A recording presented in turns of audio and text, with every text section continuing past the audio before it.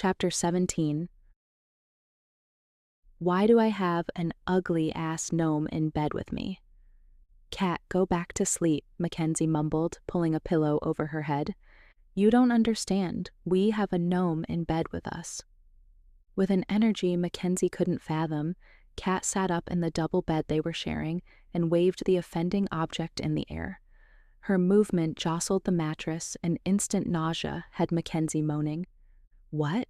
Cat pulled the pillow away from Mackenzie, exposing her to the morning light. I can't hear you when you're under that thing.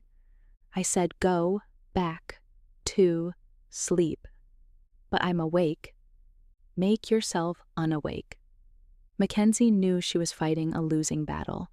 One of Cat's less lovable quirks was that no matter how debaucherously she'd behaved the previous evening, she awoke ridiculously chirpy.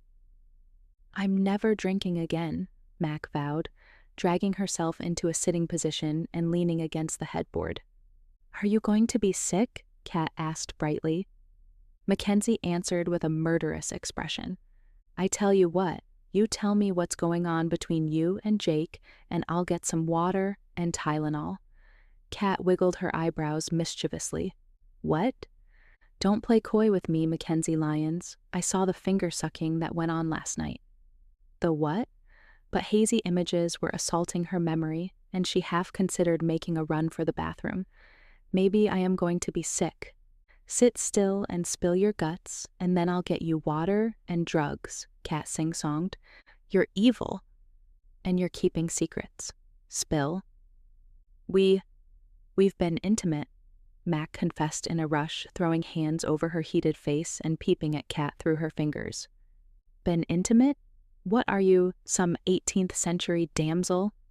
Cat was choking with laughter. I think what you meant to say was that you were fucking. It was really good fucking. Does Chloe know you have the hots for her little brother? It's not like that, and can you not refer to him as a little brother? Helps that he towers over all of us and is built like a beautiful Greek god, Cat mused. Cat, stop. Do you think Chloe saw? Sometimes the hardest thing to see is what's right in front of you. Stop pretending you're wise, Mackenzie grumbled, and go get me water. As Cat bounced out of the room, Mackenzie gingerly lay back down, hoping slow movements would ease the roiling in her stomach. The guilt of keeping this from her best friend wasn't helping matters. Fuckity fuck. Having soaked herself into sobriety in the shower, Mackenzie decided she was capable of starting the day. Entering the kitchen, she did a double take at Cat. Wait, what? Are you cutting that coffee with whiskey? She watched as Cat poured a generous amount of alcohol into her caffeine. Not that I'm judging, but if that's the new normal, I'm in. Jesus, Cat, seriously? Asked Rachel, refilling the percolator with water.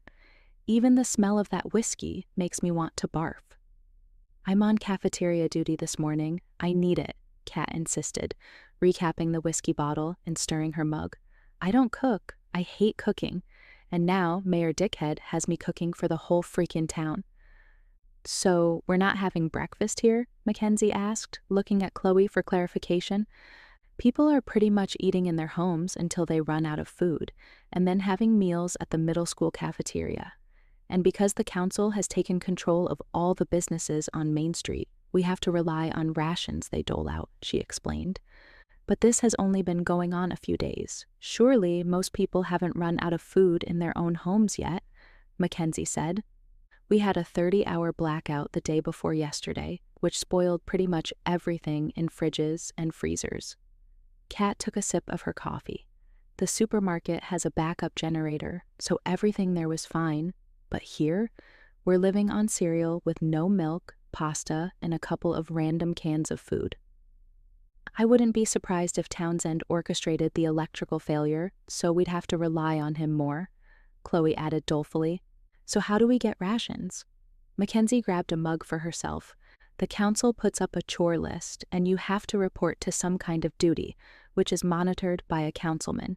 At the end of the duty, they give you a tag, which you redeem for rations, Chloe answered. A tag? Get this, it's a cattle tag. like one of those things they put in a cow's ear to identify it, said Rachel sardonically. Todd Berryman is a counselor, and he's got a cattle stud, so I'm assuming that's where they got them from. Mackenzie was digesting this information when Jake and Dex appeared at the glass door leading from the kitchen onto Chloe and Ashton's outdoor deck. "Hi, ladies," he announced as he opened the door and they entered. "How are we feeling this morning?" Mackenzie's persistent weight of guilt multiplied. She hadn't even noticed Dex wasn't with her, let alone wondered where he might be. Now, she wasn't just keeping secrets from her best friend, she was neglecting her dog too. "Stop being so sober and non-hungover," Chloe demanded, "and you could knock before you enter, you know." "It's a glass door, Chloe. You saw me there, and, by the way, it wasn't locked. Tell me you locked up last night?"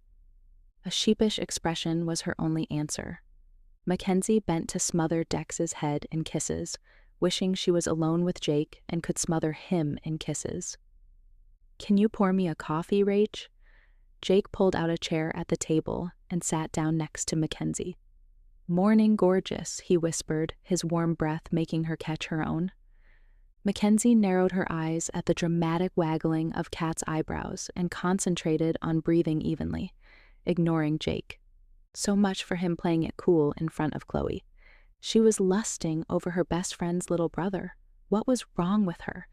She jumped guiltily when Chloe accidentally dropped a mug, bursting into tears.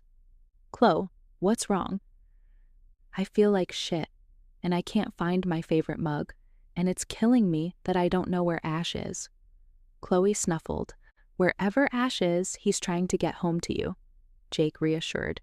"He's right," Rachel interjected. "That man is mad over you." Chloe didn't wipe the tears that were sliding down her cheeks, and Mackenzie jumped up to hug her. "He'll get back to you, Chloe." "Okay, enough of that. We need to get going." Chloe sniffed, pushing Mackenzie gently away. "You all need to report to your duties so you can get rations to share with me, because I'm not doing mine today." "Got something better to do?" asked Jake. "Anything would be better than creche duty with Vivian, but yes, I do. I want to check in on Grams, and remember that community garden she helps take care of? I think it's just inside the safe zone, and I'm hoping no one else has thought to check out the vegetables." "Oh, you know what? It would also be good to see if there are any seeds there.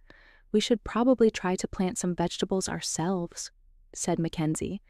That sounded like an apocalypse survivalist thing to do. "How is Grams?" She suddenly realized she hadn't seen Jake and Chloe's grandmother at the town meeting. "She wasn't there last night, was she?" "Not that I saw," he agreed. "But maybe with everything that's going on, they just forgot to let the residents at the lodge know about the meeting." "It doesn't seem like Townsend has forgotten much at all," said Mackenzie. "Doesn't all this seem just a little too organized? How has the council implemented all these changes in such a short amount of time?" It was a rhetorical question, but Kat bounced in her seat. "Oh, I know. Maggie was telling me last night. Apparently, there's a group of men on the council who used to meet at the Strumpet, and instead of playing fantasy football, they had this weird version of how I would run the world. Like, they'd come up with strategies of how they'd run the town in the case of an apocalypse. Kind of like, now, that's psychopathic, right? Who plays fantasy apocalypse?" Mackenzie's question was met with silence, which was eventually broken by Chloe. "You guys better leave now. No cars, remember?" "We're walking?" The pounding in Mackenzie's head intensified. "Yup, Townsend has put a ban on using gas, and he has crews going from home to home, siphoning everything they can get," Chloe said. Jake stood in alarm, his chair crashing to the floor behind him. "Have you drained your car and hidden the gas?" "Calm down, Jakey. Quinn sorted it for us yesterday. We've got 4 jerrycans hidden." Kat grinned. "Meet at the school later?" Chloe asked as they traipsed outside. "Yep, and as a lunch lady, you don't need a tag to get fed." Kat laughed, walking ahead with Rachel. Jake fell into step beside her, and Mackenzie watched as Chloe turned and walked in the opposite direction, stalling until Chloe rounded a corner. I should warn you now, I'm not good at keeping secrets, Jake said, bending his head forward to catch her eye. He ran a thumb over her bottom lip, and a corresponding warmth flashed straight between her legs. The husky depth of his voice had her wanting to turn around and head straight back to bed. With him. She was lightheaded with lust and excitement and, maybe, a little too much caffeine. Hurry up, you two, Kat called from ahead, jolting Mackenzie from her daze. With a grin, Jake linked his fingers through hers and tugged her forward. His palm was broad and calloused, and her hand felt tiny within his. He was strong and confident, and she was almost sad she hadn't noticed him growing into this man. She'd been present, but still missed the transition. How was it that mere days ago he'd been an unremarkable part of her life? And now, she was a mess of confusion. Mac thought she'd been in love with Peter, but it had never taken her breath away to think of him, made her heart stutter to be near him, and it was almost alarming to think of how easily he'd slipped from her life. Whatever this feeling was for Jake, it was equal parts excitement and bone-deep contentment. It felt right. Her steps faltered. It did feel right.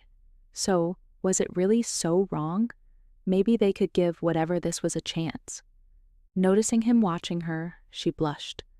"Sleep over at yours tonight?" she asked, unexpectedly coy. "If I can wait that long." He smirked.